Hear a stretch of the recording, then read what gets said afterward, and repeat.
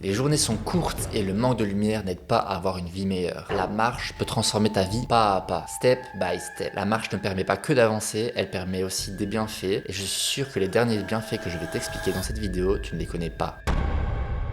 Je vais te parler d'un principe qu'utilisent les entreprises et comment je l'applique à la marche. Ensuite, nous verrons pourquoi j'ai commencé la marche et comment, pas à pas, je suis parvenu à marcher 10 000 pas par jour. Et après ceci, il est primordial qu'on parle des bienfaits de la marche et de pourquoi elle peut transformer ta vie. À la fin de la vidéo, je vais te donner les applications que j'utilise pour compter mes pas. Je vais te donner une vision inattendue de la marche dans l'optique d'avoir une vie meilleure telle qu'elle soit sans contrainte. La marche a changé ma vie et je vais t'expliquer pourquoi. Le Kaizen est un principe d'amélioration continue. Ce mot vient de Kai qui veut dire changement et de Zen qui veut dire meilleur. Il est utilisé par les entreprises pour revoir leur façon d'agir. Ceci va leur permettre une meilleure organisation en vue d'améliorer leur efficacité, leur rendement et donc un gain de temps. Les entreprises augmentent la qualité de leur travail et réduisent leurs coûts grâce à cette méthode. Elle est en général faite grâce à des petites améliorations au quotidien, step by step, pas à pas. Donc on procède régulièrement à des petits changements dans l'entreprise en vue d'améliorer de manière continue celle-ci. Et si je te parle de ce principe, c'est parce qu'on peut faire pareil dans notre vie. On peut revoir en continu ce qui ne va pas ou bien ce qui va mais qui pourrait être amélioré. Et quelle bonne idée d'aller marcher pour le faire. En gros, j'entends par là que tu vas minimiser l'utilisation de ton temps en résolvant des problèmes, en t'organisant lors de la marche, tout en ayant une activité physique qui va te permettre de garder une bonne santé. Voilà le premier point clé, la résolution de problèmes via la marche. Point. Bon, commençons par le commencement. Tout a commencé parce que j'écoutais des podcasts sur la santé et j'ai vite compris qu'avoir une activité régulière, journalière, c'était très important. Donc la marche quoi. Et j'étais obligé d'avoir mon propre avis, pas celui des autres. Donc j'ai commencé à marcher petit à petit, jusqu'à augmenter et à avoir mon propre avis. Bon, la première fois que j'ai fait mon premier tour de marche, je fais genre 10 minutes, je voulais pas me prendre la tête. J'ai fait 1000 pas, donc j'ai vite compris que ça serait pas suffisant parce qu'on recommande environ 10 000 pas. Et j'avais vraiment pas envie de faire 10 fois le même tour tous les jours, ça allait me saouler. Donc j'ai trouvé un tour qui fait 30 minutes environ, ça vaut 3500 pas à peu près. Je le faisais après mon repas du souper, sauf que je marche pas beaucoup dans la journée, donc ça me faisait que 5000 pas environ. J'étais que à la moitié. Bon ça là, ça a duré à peu près un mois. Pendant un mois, j'ai fait un tour d'environ une demi-heure après mes repas. Et par la suite, j'ai commencé à mettre ce même tour dans l'après-midi, ce qui m'a permis d'augmenter mes pas. Et là, j'ai commencé à vraiment ressentir la différence. Alors après une semaine où j'ai commencé à ajouter ce deuxième tour dans l'après-midi, c'était magnifique. Parce qu'il faut savoir que je m'endors très très difficilement et depuis ce moment-là, je m'endors sur un claquement de doigts. Depuis que j'ai entrepris d'avoir une meilleure vie. La marche fait partie intégrante de l'équation du sommeil, mais nous en reviendrons plus tard. Bien, cessons de parler de ma vie et parlons des bienfaits de la marche. Les premiers bienfaits sont plutôt logiques, mais les bienfaits que je vais te citer par la suite sont un peu plus surprenants. Pourquoi ? Parce que tu n'y aurais peut-être pas pensé. Bon, quand on fait quelque chose, il faut savoir pourquoi on le fait. Et moi, le premier truc qui me vient à l'esprit de pourquoi est-ce que je marche, c'est pour bien m'endormir. Pour bien dormir, pour avoir un bon sommeil, comme on vient de le dire. Et comment est-ce que ça peut s'expliquer scientifiquement ? En fait, ça s'explique par le rythme circadien. C'est un peu comme une horloge interne qui dit à notre corps quand il faut aller dormir. Je ne vais pas aller en détail sur le pourquoi du comment, mais il faut juste savoir que la lumière influence beaucoup le rythme circadien et justement quand on va marcher, on prend beaucoup de lumière. Surtout que petit à petit, là le beau temps va arriver et le soleil va arriver. Donc en plus ce sera d'autant plus gai d'aller marcher. Et bien sûr quand je parle de lumière, je parle de lumière naturelle, pas de lumière des écrans, ça semble évident. Et un deuxième pourquoi important pour moi, c'est de m'aérer l'esprit. Parce qu'en fait, je suis quelqu'un qui bouge beaucoup et je suis souvent assis sur une chaise parce que j'étudie. Donc dès que je peux, je vais faire un tour, ça m'aère l'esprit et j'ai vraiment l'impression que ça fait un reset de mon cerveau. Pas un reset total, on se comprend bien, mais plutôt un reset en mode reset de concentration. Donc si tu veux entreprendre un certain projet, donc par exemple faire des vidéos sur YouTube, tu vas souvent être amené à être assis sur une chaise et c'est vraiment une bonne chose d'aller bouger régulièrement, même de manière brève. En plus, quand on est concentré à regarder un écran, ça fatigue les yeux. Donc il faut faire une petite pause et on revient.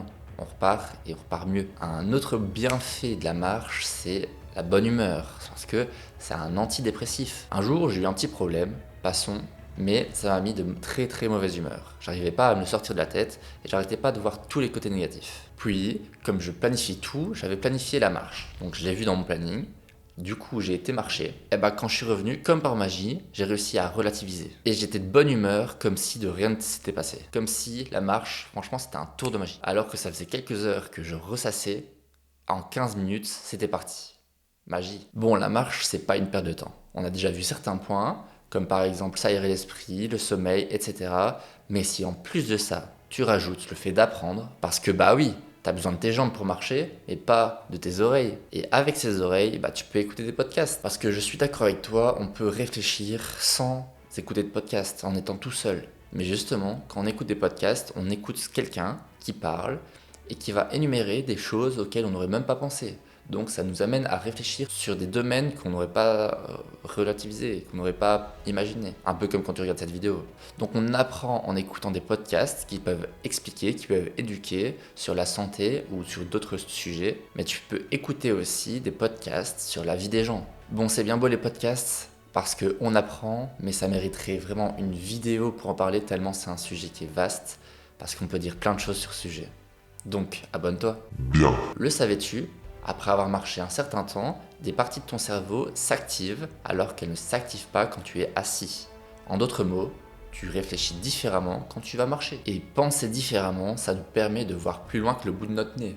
Donc ça permet d'élargir notre horizon. Bon sinon, quand je réalise un projet, quand je travaille, quand j'entreprends, quand j'étudie, j'ai jamais mon téléphone à côté de moi. C'est une source de distraction et de déconcentration. Comment veux-tu te concentrer de manière continue si tu vois tes notifications? Ou même si tu veux aller checker un bête truc sur ton téléphone, bah tu vas te retrouver sur Instagram à scroller, tu vas perdre ton temps, tu vas perdre ta concentration, tu devras revenir dans ton travail et te reconcentrer. Et pourquoi je te dis ça? C'est parce que justement, quand je vais marcher, j'optimise mon temps et je prends mon téléphone et je réponds à mes messages. Enfin bref, encore une fois, on optimise son temps. Des monuments dont tu ne connaissais même pas l'existence. Je m'explique.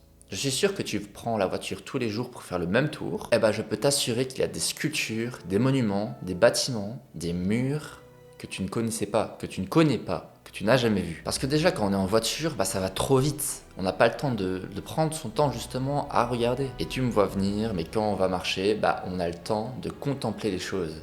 Et de se rendre compte qu'il y a des choses qu'on n'avait jamais vues tout simplement. Bon, je t'ai dit que j'allais sur mon téléphone, mais bon, je vais faire des tours de 15 à 35 minutes. Il faut bien se rendre compte que je suis pas tout le temps sur mon téléphone. Donc j'ai quand même largement le temps de contempler les choses. Il y a par exemple ce mur de taille, que j'aurais jamais vu si je ne marchais pas, parce que c'est un endroit où personne passe en voiture. Et il y a souvent des gens qui viennent pour taguer, et du coup ça fait un art de rue qui change régulièrement.